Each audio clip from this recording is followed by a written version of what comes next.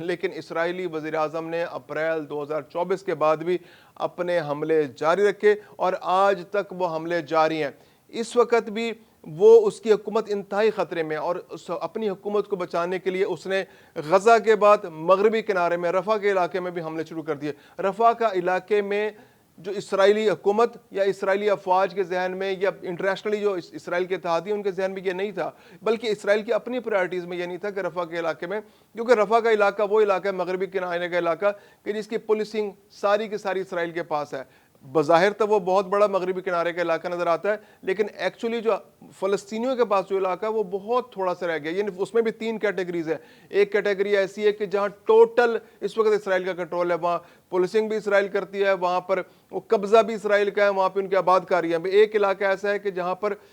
فلسطینیوں کی آبادیاں ہیں، وہاں اسرائیلی نہیں رہتے، لیکن وہاں پر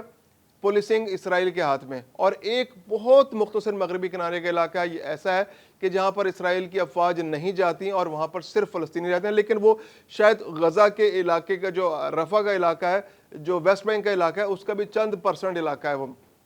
تو ایکچولی اسرائیل کو پولیٹیکلی یا ایڈمنسٹریٹیولی ایسی کوئی ضرورت نہیں تھی کہ وہ رفح کے علاقے پر حملہ کرے، لیکن اپنے سیاسی مقاصد کے حصول کے لیے نیتن یاہو نے اس علاقے پر بھی حملہ کیا اور وہاں پر اپنی اس جنگ کو پرولونگ کیا، تاکہ جتنی جنگ پرولونگ ہوگی تو وہاں پر جو انتہا پسند ہے وہ اس کے ساتھ جڑے رہیں گے، اور انتہا پسندوں کی سپورٹ سے اس کی حکومت بھی چلتی رہے گی، اور وہ اپنے مقاصد میں کامیاب رہا۔ جب غزہ کی جنگ اختتام کے قریب پہنچی، جب جنگ بندی لازمی نظر آنے لگی، تو اس نے ایسی صورتحال میں امریکہ کے پاؤں پکڑے اور امریکہ کی ماں پر اس نے ایران پر حملہ کر دیا، اور ایران پر حملہ یہ 12 دن جاری رہا، جس میں شدید ترین نقصان ہوا۔ ایران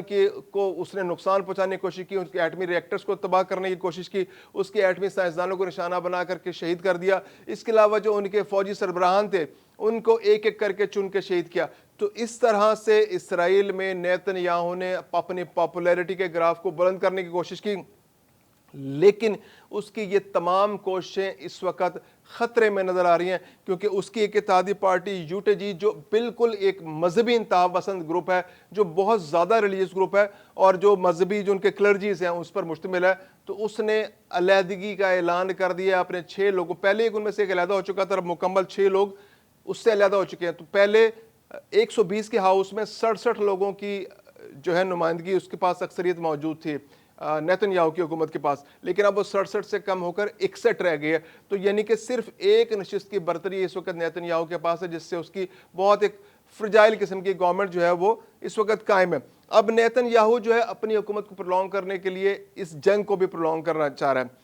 اس سے اب دیکھنا یہ ہمیں پڑے گا کہ کون کون سے سیاسی مقاصد حاصل ہو رہے ہیں۔ سب سے بڑی بات تو یہ ہے کہ اس جنگ کی وجہ سے ہنگامی حالات ہیں اسرائیل کے اندر۔ ہنگامی حالات میں یہ ہوتا ہے کہ عدالتیں اس طرح سے کام نہیں کرتی، جو کیسز نیتن یاہو کے اوپر ہیں، جو اس کے کرپشن چارجز اس کے اوپر ہیں، ان کرپشن چارجز سے فی الحال اس کو چھٹکارا ملا ہوا ہے، ایک طرح کی اس کو استثناء ملا ہوا ہے کہ وہ عدالتوں میں پیش نہیں ہو رہا، اور وہ جتنے عرصے تک وزیر اعظم رہے گا، جتنے عرصے اس کی حکومت رہے گی،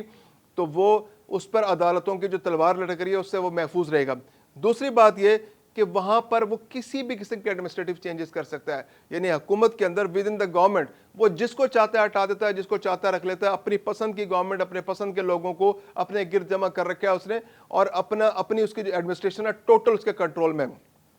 تیسری بات یہ ہے کہ جو فوجی سربراہان ہیں ان کی جانب سے اس کو دباؤ آتا ہے کہ وہ اس کو پش کرتے ہیں کہ آپ یہ اقدام نہ کریں، یہ درست ہے یا یہ ٹھیک ہے، اب غزہ پر حملہ روک دیا جائے، اب ہمارا اسلحہ ضائع ہو رہا ہے، اب ہمیں نہیں کرنا چاہیے، ہمارے زیادہ اخراجات ہو رہے ہیں۔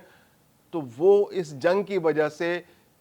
فوجیوں پر اس کی کمانڈ بہت مضبوط ہے نیتن یاہو کی۔ نیتن یاہو جب چاہتا ہے کسی بھی فوجی سربراہ کو، کسی بھی فوجی عہدیدار کو، کسی بھی سیکورٹی عہدیدار کو کسی بھی وقت چینج کر سکتا ہے، کیونکہ جنگ کے دوران جو سربراہ مملکت ہوتا ہے اس کے پاس عام دنوں سے زیادہ اختیارات ہو جاتے ہیں۔ تو نیتن یاہو اس وقت وہ تمام اختیارات انجوائے کر رہا تھا، لیکن جو رجیم چینج کا ایران کا اس کا منصوبہ تھا، اور اس کے علاوہ جو بھارت کے ساتھ مل کے جو اس نے ملی بھگت کر کے بھارت کو اکسا کر پاکستان پر حملے پر مجبور کیا تھا، اس ساری صورتحال نے جن 2 ملکوں نے